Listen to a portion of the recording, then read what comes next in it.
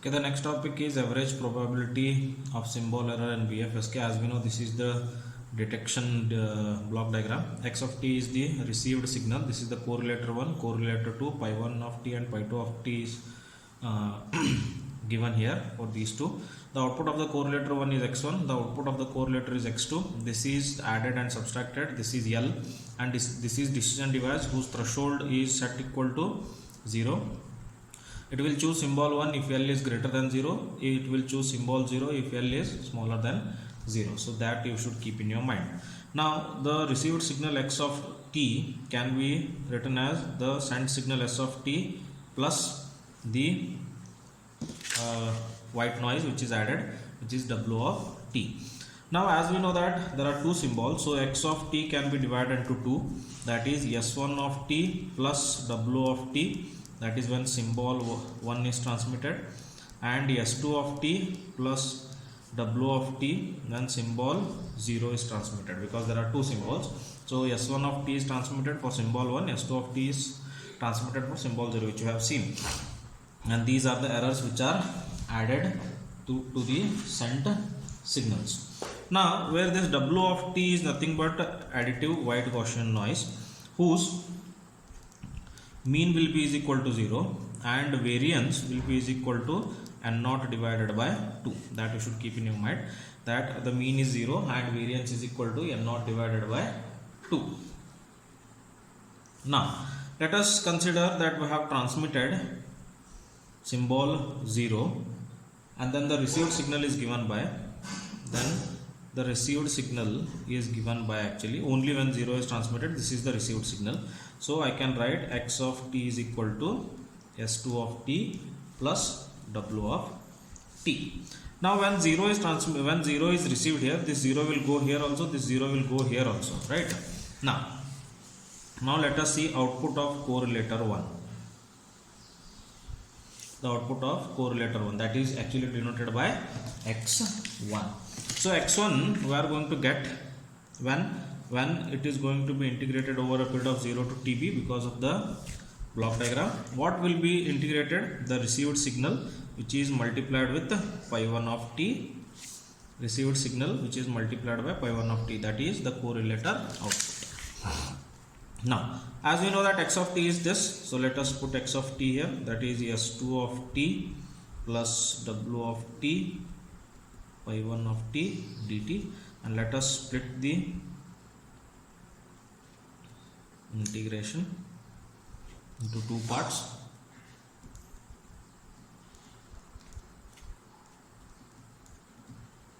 Dt.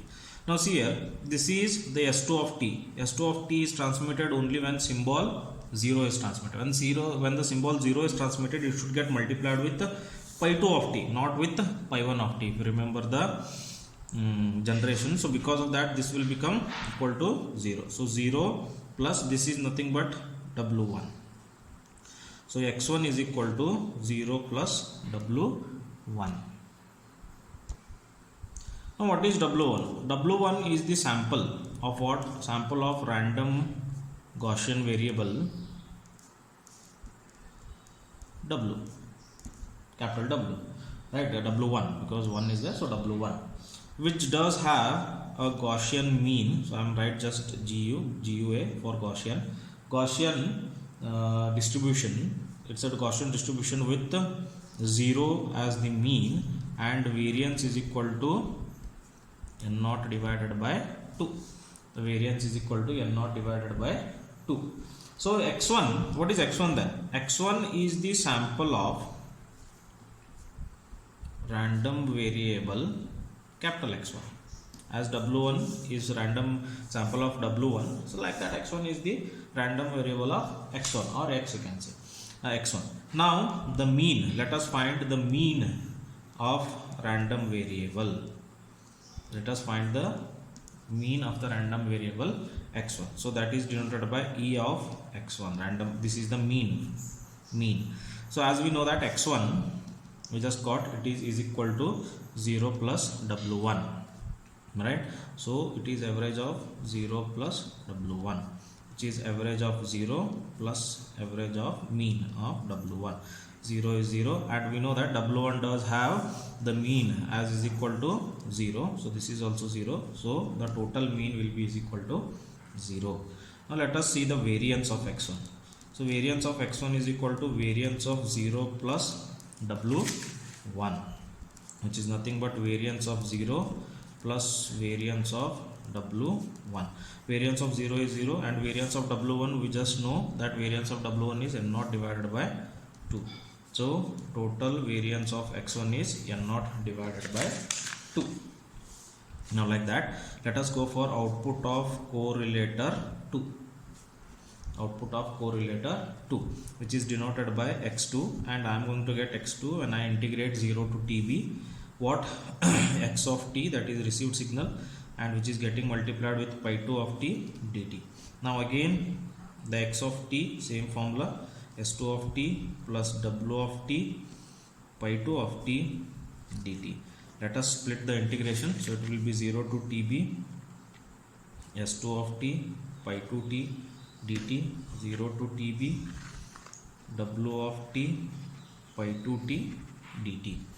Okay, now after splitting, now s2, here also 2 is there, here also 2 is there, so when symbol 0 is transmitted, it should get multiplied with pi 2 of t basis function 2, that is happening. So I am going to get here square root of eb plus w2. So this is the x2. X2 will be square root of eb plus w.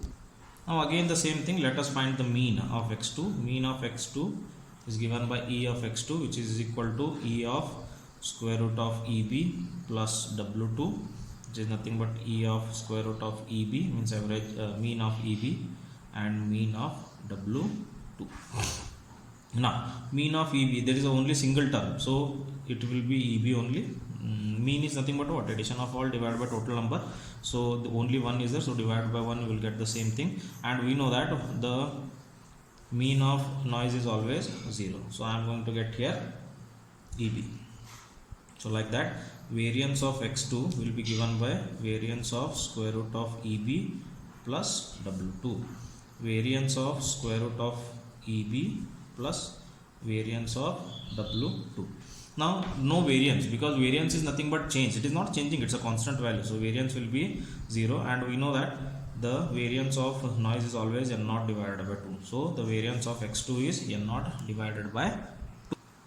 Now let us choose a variable L, which is a random variable obviously, which is the difference between x1 and x2. So L can be written as x1 minus x2. Now let us find the mean of L. Mean of L is again E of L, which is E of x1 minus E of x2. This we got it as 0, and this we got it as square root EB. So the total mean, or the difference between these two, the mean of that is minus square root of EB. Now let us find the variance of L. So variance of L, see, variance should be added, not subtracted, as we did for the mean. The variance should be added to both. So the variance of this is n naught by 2, and variance of this is n naught by 2. So n naught by 2 plus n naught by 2 is simply n naught. Now we know that conditional probability function f of L, when L is calculated and 0 is transmitted, is given by 1 divided by 2 pi variance exponent of minus L minus mu. Mu is again the mean, square divided by 2 into variance. Now as we know that the mu how much we got? Mu we got minus EB, here you can see the mean. So let us say that mu is nothing but minus EB, and variance is denoted by this, and we got variance is equal to n naught, that is this case. Now let us put those values into this equation. So your conditional, see, the variance is n naught exponent of minus L mu is minus of EB, minus into minus will become plus, divided by 2 n naught. So 1 divided by square root of 2 pi n naught exponent of minus, I am going to keep this square for denominator also. So let me put the denominator into square root. Okay, so this is your probability function. Now let us find the error probability when the 0 is transmitted, which is denoted by PE of 0, error when 0 is transmitted. So PE of 0 is given by 0 to infinity, because you can see the constellation diagram, it is always 0 to infinity. FL, that is conditional probability, L of 0 DL. So this equation I am going to put, so 0 to infinity 1 divided by square root of 2 pi and not exponent of minus L square root of plus square root of 2 EB divided by square root of 2 and not whole square DL.